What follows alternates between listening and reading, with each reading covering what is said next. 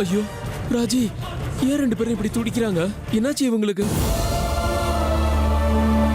அவங்க வீட்டு உப்ப சாப்பிட்டு அவங்களையே கொலை பண்ணணும்னு நினைக்கிற இந்த கொடூரமானவங்கள என்ன பண்றது? அமிர்தா, எது நியாயம் எது அநியாயம்னு கணக்கு போடுற சமயம் இது கிடையாது. ஆனா ஒரே ஒரு தடவை நீ என் கழுத்துல தாலிய கட்டிட்ட, அதுக்கப்புறம் இன்னைக்கு நீ கொடுத்த அடிக்கும் சேர்த்து பதில் அடி கண்டிப்பா கொடுப்பேன் அர்ஜுன்.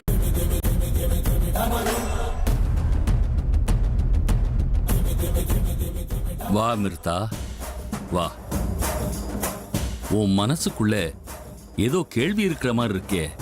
ஆமா, அது என்ன ஆச்சுன்னா உன்னால வீட்டுக்குள்ள போக முடியல இல்லையா? ஆமா, நான் எப்படி உள்ள போறது? என்ன யாரோ தடுக்கிற மாதிரி இருக்கு. ஏன் இப்படி எல்லாம் நடக்குதுன்னு புரிய மாட்டேங்குது. ஏதோ ஒரு தீய சக்தி என் வீட்டை சுத்தி இருக்கு.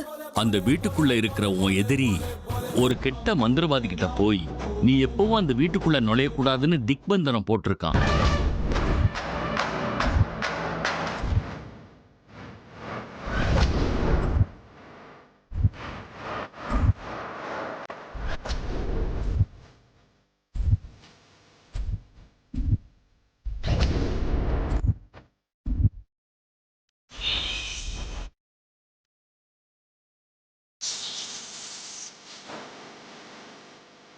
அந்த அயோக்கியன் இவ்வளவு கேவலமான காரியத்தை செய்வான்னு நான் கொஞ்சம் கூட எதிர்பார்க்கல.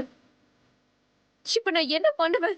எப்படி வீட்டுக்குள்ள போவேன்? அமிர்தா, எதுக்கு நீ இப்ப இவ்வளவு துடிக்கிற? இனிமே நீ வாழ்றதுக்கு நிழல் இல்லாம போச்சேன்னா? கிடையாது குருதேவா, எனக்கு ஆதரவு இல்லையேன்னு நான் வருத்தப்படல.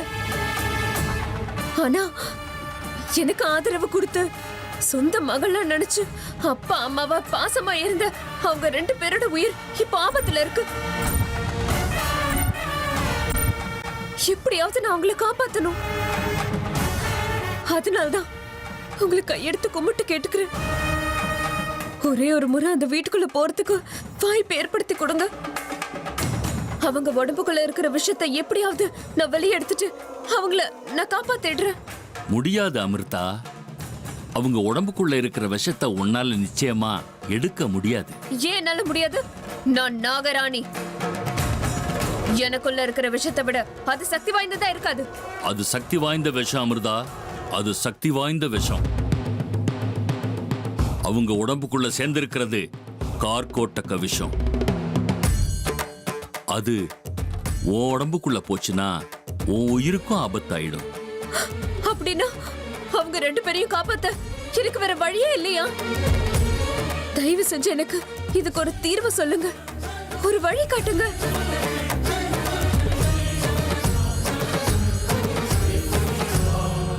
இதுக்கு ஒரே ஒரு தீர்வுதாம்மா இருக்கு, நாகவேறு.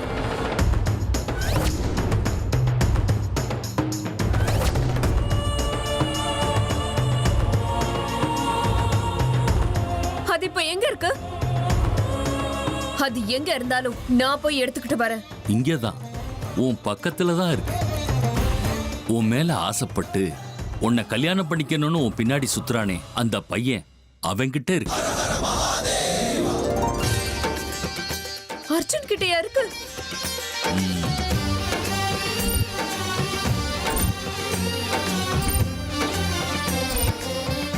அது எப்படி அவர்கிட்ட போச்சு?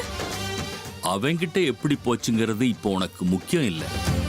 அவன் கார்ல மாட்டி வச்சிருக்க நாகவேரை கொண்டு வந்து உன் அப்பா அம்மாவோட உயிரை நீ உடனே காப்பாத்தி ஆகணும்ல. அது என்னால முடியாதே. இந்த காரியத்தை நீ செஞ்சே ஆகணும் அமிர்தா. அந்த நாகவேரை கொண்டு வந்து திக்பந்தன கோடு மேல வச்சீனா நீ உள்ள போக முடியும். அதுக்கப்புறம் அந்த நாகவேரோட வாசனைய உன் அப்பா அம்மாவை முகர வச்சு அவங்க ரெண்டு பேரோட உயிரையும் நீ காப்பாத்தணும். அதெல்லாம் சரி, ஆனா அர்ஜுனை தேடி என்னால போக முடியாதே. அதை தவிர வேற ஏதாவது வழி இருந்தா சொல்லுங்க. அமிர்தா, இப்போதைக்கு இந்த ஒரு வழியை விட்டா வேற எந்த வழியும் எனக்கு தெரியல. உனக்கு ஆதரவு கொடுத்தவங்களை நீ காப்பாத்தணும்னா உனக்கு இந்த ஒரு வழிதான் இருக்கு. நீ அர்ஜுனை தேடி போய் தான் ஆகணும், நாகவேரை கொண்டு வந்தே ஆகணும்.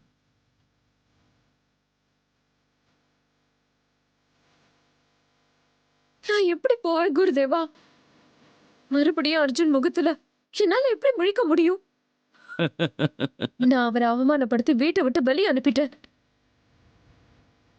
அவரோட நல்ல குணத்தை பார்க்காம திட்டி அனுப்பிட்டேன்ல. அப்படி இருக்கும்போது அவர்கிட்ட போய் நாக வேற என்கிட்ட கொடுங்கன்னு நான் எப்படி கேட்பேன்? பயப்படாத அமிர்தா.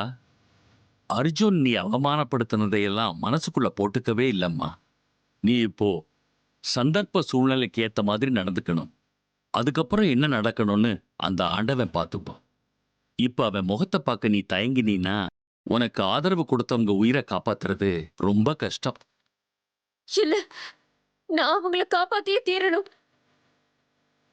அவங்களுக்கு எதுவும் ஆகக்கூடாது.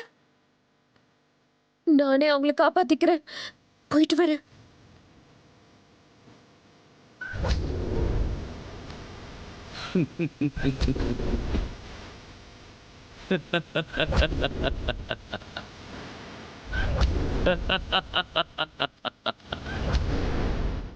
புது கதை இப்பதான் ஆரம்பிக்குது. அமிர்தா, இனிமே உன்னுடைய வாழ்க்கையில முக்கியமான சம்பவங்கள் நடக்க போகுது. அதுக்கு நீயாகட்டும், நானாகட்டும், அந்த பையனாகட்டும் யாருமே காரணம் கிடையாது. எல்லாத்துக்கும் காரணம் அவன், அந்த ஆண்டவன்.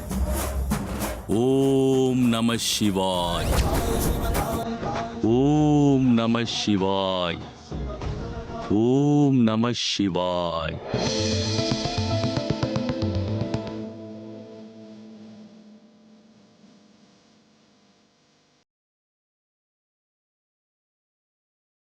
அத்தை, இந்த லெஹெங்கா எப்படி இருக்கு? ரொம்ப அழகா இருக்குமா. உனக்கு ரொம்ப பொருத்தமா தான் இருக்கு. மயூரி, இந்த புடவைய பாரு.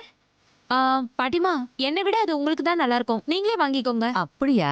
ஆமா அத்தை, இது உங்களுக்கு ரொம்ப மேட்சா இருக்கும். பாரு பாரு. அர்ஜுன், இந்த லெஹங்கா எப்படி இருக்கு?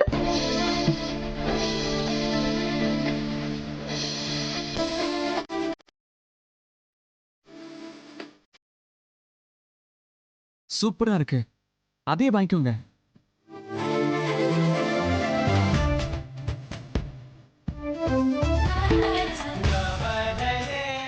இந்த சாரி இந்த சாரி உங்களுக்கு ரொம்ப பொருத்தமா இருக்கு.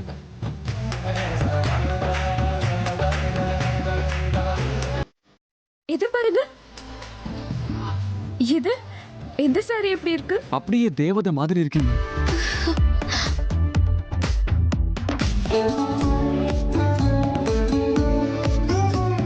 இதே வாங்கிக்கோங்க. என்னடா அர்ஜுன் இது? மயூரி எந்த புடவையை காமிச்சாலும் அழகா இருக்கீங்கங்கிற, தேவதை மாதிரி இருக்கீங்கங்கிற. இவ்ளோ நாள் மயூரியை நீ திரும்பி கூட பார்க்க மாட்டே. இப்போ நீ பேசுறது பார்க்கும்போது மயூரினா உனக்கு ரொம்ப பிடிக்கும் போல இருக்கே.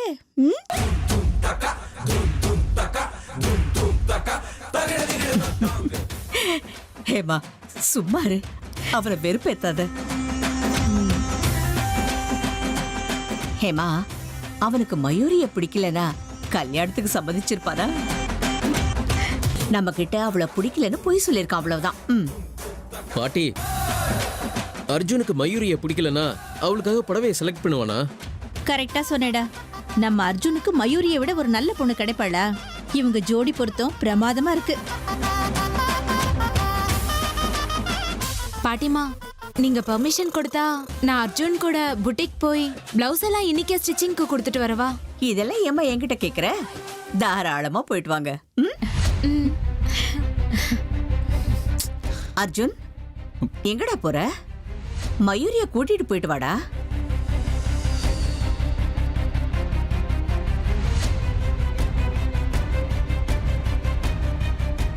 அர்ஜுன், ஜாக்கிரதையா போ.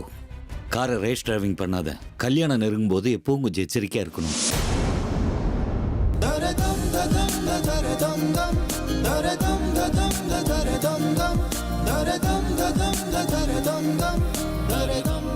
சித்ரா, உனக்கு இந்த புடவை பிடிச்சிருக்கா?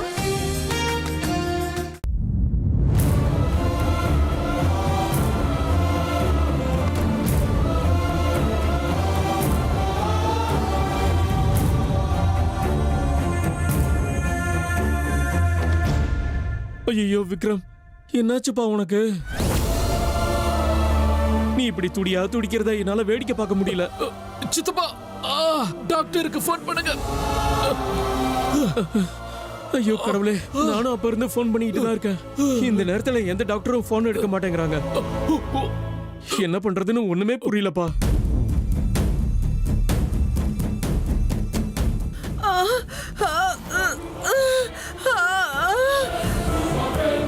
என்னால தாங்கிக்கவே முடியல.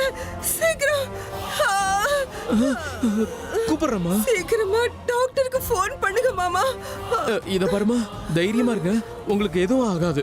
உங்களை நிச்சயம் நான் காப்பாத்தியே தீருவேன். உங்களுக்கு எதுவும் ஆகாது. இருங்க, நான் இன்னொரு டாக்டருக்கு இப்ப உடனே ஃபோன் பண்ணி பாக்குறேன். ஏங்க அங்க என்ன பண்ணிட்டு இருக்கீங்க? 2 பேரும் சாகிறத கண்ணால ரசிச்சுக்கிட்டு இருக்க. இவ்வளவு நேரம் டாக்டருக்கு ஃபோன் பண்ற மாதிரி நாடகம் ஆனது போதும். இப்ப நிஜமாவே டாக்டருக்கு ஃபோன் பண்ணுங்க. என்ன ராஜி பேசுற நீ? ஏமா, அவங்க சாகணும்னு நாம தான் விஷம் கலந்தோம். இப்ப அவங்கள காப்பாத்துறதுக்கு முயற்சி பண்ற? ஏங்க அவங்கள காப்பாத்துறதுக்காக நான் அப்படி சொல்லலைங்க. அவங்க செத்ததுக்கு அப்புறம் யாருக்கும் நம்ம மேல சந்தேகம் வரக்கூடாதுல்ல. டாக்டருக்கு ஃபோன் பண்ணோம் பாருங்கன்னு காட்டுறதுக்காவது ப்ரூஃப் இருக்கணும்ல. ஆமாமா, நான் அதை மறந்து போயிட்டேன் பாரு. சரி, நம்ம இப்ப என்ன பண்ணலாம்? ஒன்னும் இல்ல, 2 ஹாஸ்பிட்டலுக்கு ஃபோன் பண்ணுங்க. டயல் பண்ணி கட் பண்ணுங்க போதும். யாராவது கேட்டாங்கன்னா கால் டீடைல் காட்டினா போதும். நல்ல ஐடியா. இரு, இப்பவே நான் டயல் பண்றேன்.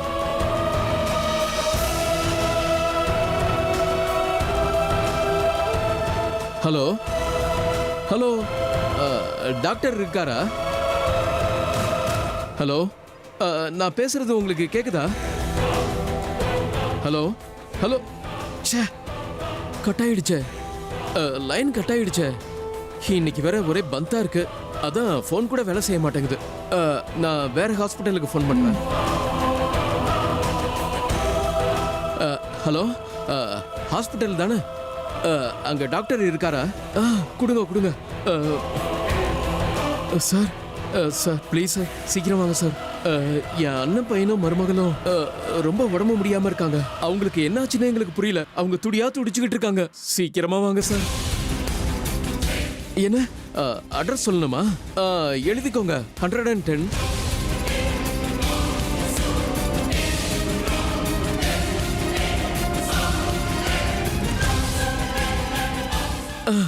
கொஞ்சம் சீக்கிரம் வாங்க ப்ளீஸ். எப்படி இருக்கு என்னோட ஆக்டிங்? சூப்பர், வாங்க அங்க போய் நடிக்கலாம். வா.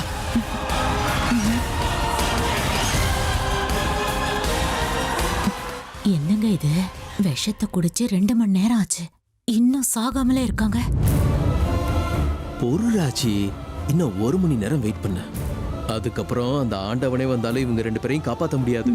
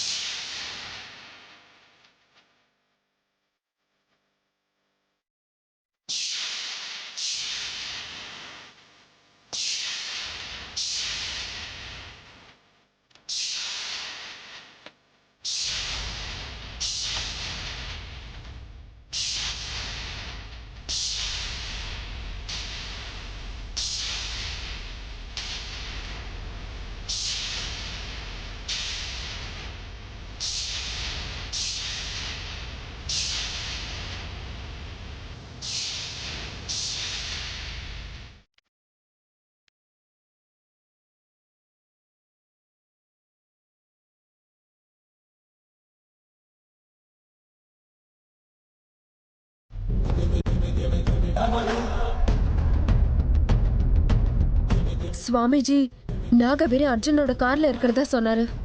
அர்ஜுன் என்னை பார்க்கறதுக்கு முன்னாடி நான் அந்த நாகவேரி எடுத்துக்கிட்டு போயிடணும்.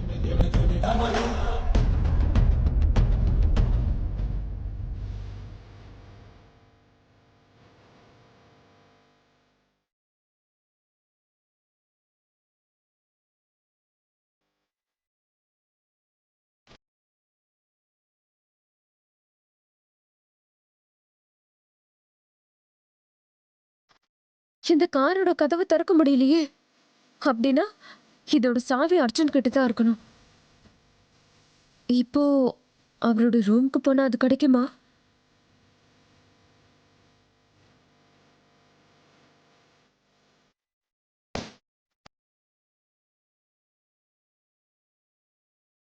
நான் இப்படியே போனா அர்ஜுன் கண்டிப்பா என்ன பார்த்துருவாரு. அப்புறம் அவருக்காக தான் நான் இங்க வந்தேன்னு நினைச்சுக்கிட்டு வேற ஏதோ கற்பனை பண்ணிப்பாரு. நான் அவருக்கு கிடைப்பேன்னு மறுபடியும் ஆசைப்பட ஆரம்பிச்சிடுவாரு. என் பின்னாடி சுத்த முயற்சி பண்ணுவாரு. அப்புறம் நான் எதுக்காக இங்க வந்திருக்கேனோ அந்த காரியம் நிறைவேறாது. எல்லாமே பிரச்சனையாயிடும்.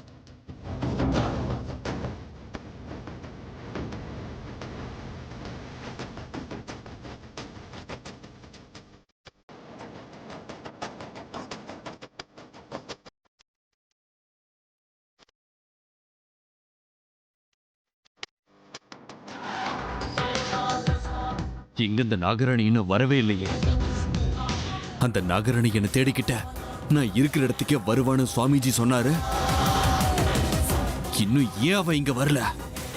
ஆமா, நான் என்னோட உண்மையான உருவத்துல போய் சாவியை கொண்டு வரதுதான் நல்லது.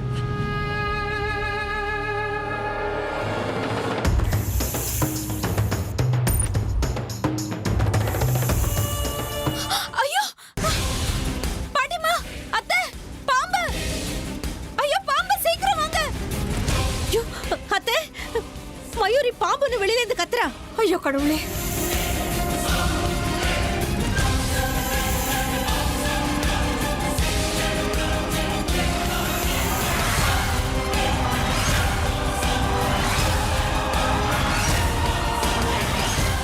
ஐயோ அத்தை, பாட்டிமா சீக்கிரம் வாங்க, பாம்பு.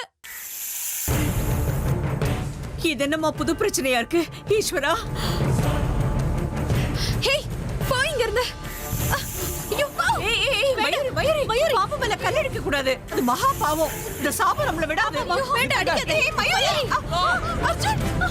ஐயோ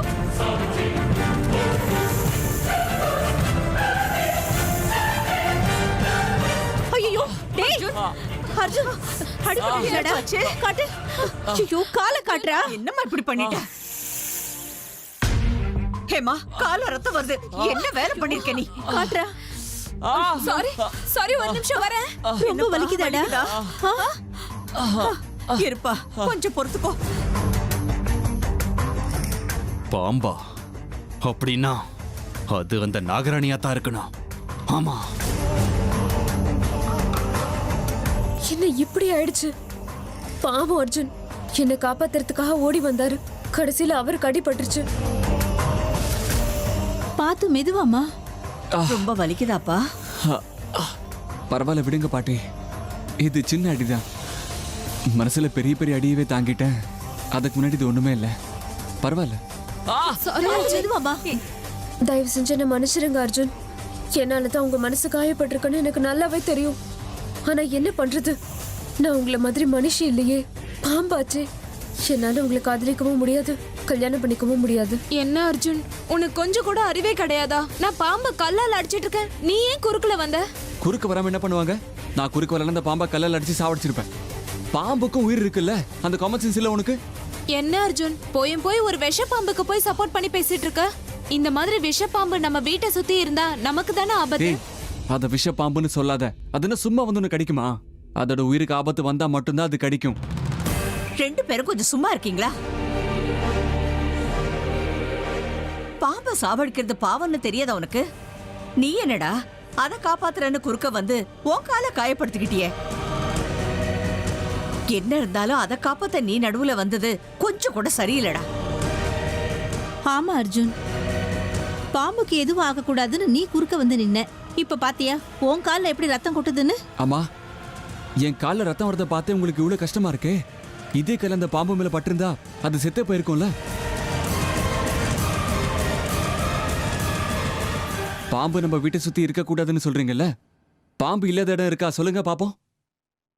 சொல்லப்போனா மனுஷங்களை விட பாம்பே பெஸ்ட் தெரியுமா?